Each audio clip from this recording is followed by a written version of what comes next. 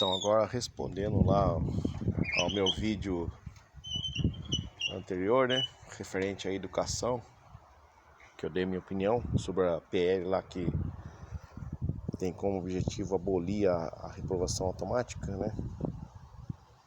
Eu não vou falar de novo porque só basta ir no meu feed de notícias lá, na minha timeline, e ver lá o vídeo, beleza?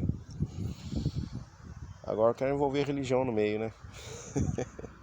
É que nem eu sempre deixei claro para os meus alunos, não tem vergonha disso, eu sou ateu, a minha família é evangélica, mas enfim, cara, eu leio a Bíblia, entendeu? A gente não pode, a espiritualidade, ela é inerente à condição humana, desde a pré-história, né? Então a gente não pode ser fanático, tem o ateu fanático e tem também o crente fanático, né? Mas a gente tem muita coisa para absorver da Bíblia para o conhecimento do seu desenvolvimento pessoal. Por exemplo, quando a gente fala de educação, se você vê lá os discípulos que Jesus escolheu, e os discípulos, os apóstolos, tem diferença entre apóstolos e discípulos, né? Discípulo é aquele que acompanha, Apóstolo é aquele que recebe uma procuração para disseminar a mensagem, tá ok? Por isso que foram 12 apóstolos. Discípulos, Jesus teve um monte. Mas por que Jesus escolheu justamente os caras mais ignorantes na época, considerados ignorantes, né, pelo status quo, como apóstolo dele, né? Escolheu o pescador, o cara que estava ali no dia a dia, não sabia ler, não sabia escrever. Pedro mesmo, se você for ler a biografia de Pedro era um cara totalmente ignorante, era um cara meio que letrado, sabe? Por que Jesus escolheu esses caras aí? Entendeu? Aí que entra a questão da educação. Muitas das vezes, o cara que não sabe ler e escrever, ele tem mais educação, ele tem mais humanidade do que o cara que é letrado, né? No meu livro que eu escrevi sobre a história do bairro do Cruzeiro, que eu entrevistei pessoas assim.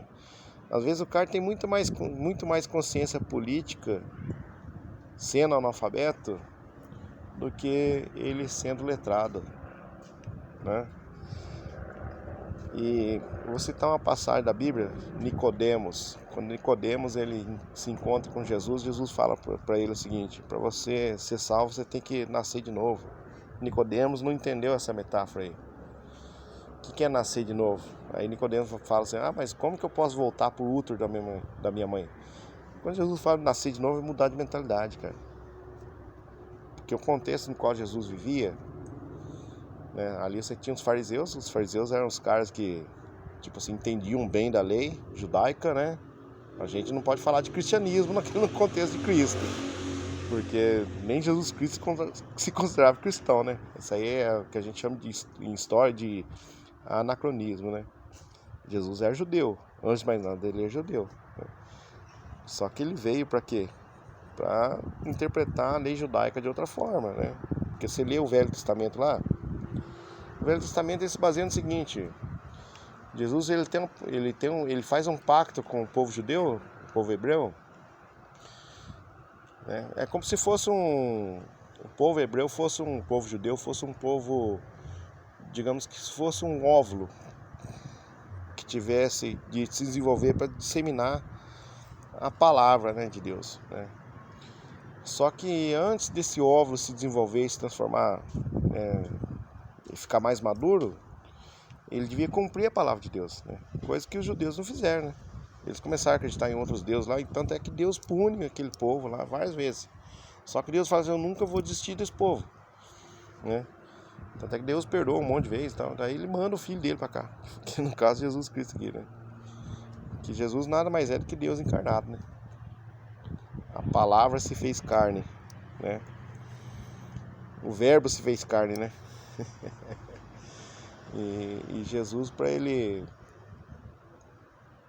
disseminar a palavra, ele tinha que passar tudo aquilo que o ser humano passa: raiva, dor, né? Sentir emoção. Porque você sendo Deus, você não passa isso. Ele teve que se encarnar, ele teve que sentir o que o ser humano passava na pele para ele, né, antes dele julgar e tal. Por isso que Jesus ele é super, digamos assim, ele perdoa os pecados que você não perdoaria. Traição, adultério, assassinato, um monte de coisa, né? Por quê? Porque ele veio como ser humano, né? Só que por intermédio do Espírito Santo ele tinha contato com o Pai, né? Por isso que a Trindade aqui, ó, Pai, Espírito Santo e o Filho, né? Então o que acontece? Quando o Nicodemos foi ter a conversa com Jesus fala assim para ele: você tem que nascer de novo. O Nicodemos entendeu errado. Nossa, como que eu vou voltar pro filho? Mas nascer de novo, que é mudar de mentalidade.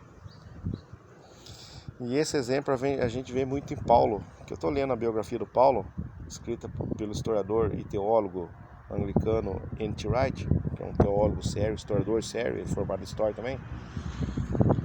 Paulo foi um cara que a gente julga ele, tal, porque ele perseguia, entre aspas, os cristãos. Não, ele estava defendendo a lei judaica lá.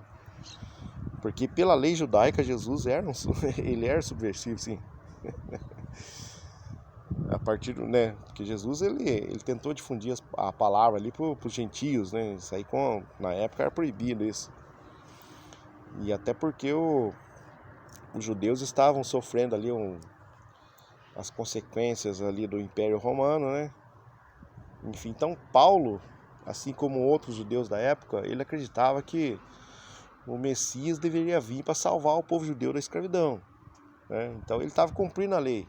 A partir do momento que ele começou a perseguir ali o que o Chico Xavier chama do povo do caminho, que no caso seriam os cristãos, né? Só que Paulo, o que acontece? Ele teve aula com um cara que era grande conhecedor da lei judaica, que foi o Gamaliel, né? Então Paulo, ele achava que ele estava no caminho certo ao perseguir o povo do caminho, que seriam os cristãos, né? Tanto é que o Paulo foi um mandante de matar o Estevão, né? Que foi o primeiro mártir cristão aí. Só que acontece, Paulo, quando ele estava indo para Damasco, que Paulo ele tinha cidadania romana também, né? Ele era conhecedor da lei e ele tinha cidadania romana. E Damasco, essas cidades que eram, digamos assim, como que eu chamo? Quando há uma variedade de cultura, né, onde várias culturas convivem ao mesmo tempo, eu esqueci o nome que dá isso, né? Tem hora que falha a minha memória aqui. Então Damasco era uma cidade como essa, e os seguidores de Cristo estavam muito efetivos nessa cidade. Então Paulo foi lá para perseguir. Só que no caminho ele, né, tem uma visão, né? Teve ali por volta do meio-dia, segundo a Bíblia, ele fica cego e ele escuta uma voz: Paulo, por que tu me persegues? Aí Jesus revela para ele, daí foi que ele se converteu. Daí Jesus falou: você vai lá para a rua, lá em Damasco, a rua direita e tal. Até hoje tem essa rua lá. E Paulo foi, digamos assim, 3 dias depois, se não me engano, ele voltou à visão, só que daí voltou convertido. Um cara que tanto perseguiu foi o cara que mais defendeu o cristianismo, na minha opinião. Por isso que eu li a biografia do Paulo, estou lendo a biografia do Paulo, porque muitas das vezes a gente prega muito a lei, mas é a humanidade da lei. Então Paulo pregou a humanidade da lei judaica, cara. É essa aqui a questão. Se você ler as cartas de Paulo, né, o que ele fala? Até que o próprio Renato Russo escreveu sobre isso numa letra de uma música chamada Monte Castelo. Se eu falasse a língua dos homens e dos anjos, sem amor eu nada seria. Então não adianta nada você pregar que você é crente, que você é religioso e tal. Se você, cara, não tiver fé e não pregar aquilo que você lê na Bíblia, sem amor você nada é, cara. O que é amor? Né? Não tô falando do amor erótico aqui não, tô falando do amor de você se colocar no lugar do outro ser humano. É isso que é importante. Não importa se você acredita em Umbanda, em Candomblé e tal. Eu acho que se existe um Deus, a partir do momento que você pratica o amor, você está salvo. Entendeu? É isso que Paulo quis dizer nessa carta, eu acho. Eu acredito, né? Eu não sou teólogo. Mas eu, antes de criticar a Bíblia, antes de criticar qualquer coisa, eu procuro ler a fonte, tá? É isso que as pessoas devem aprender. É ler a fonte antes de se formar opinião. Entendeu? Fica o recado.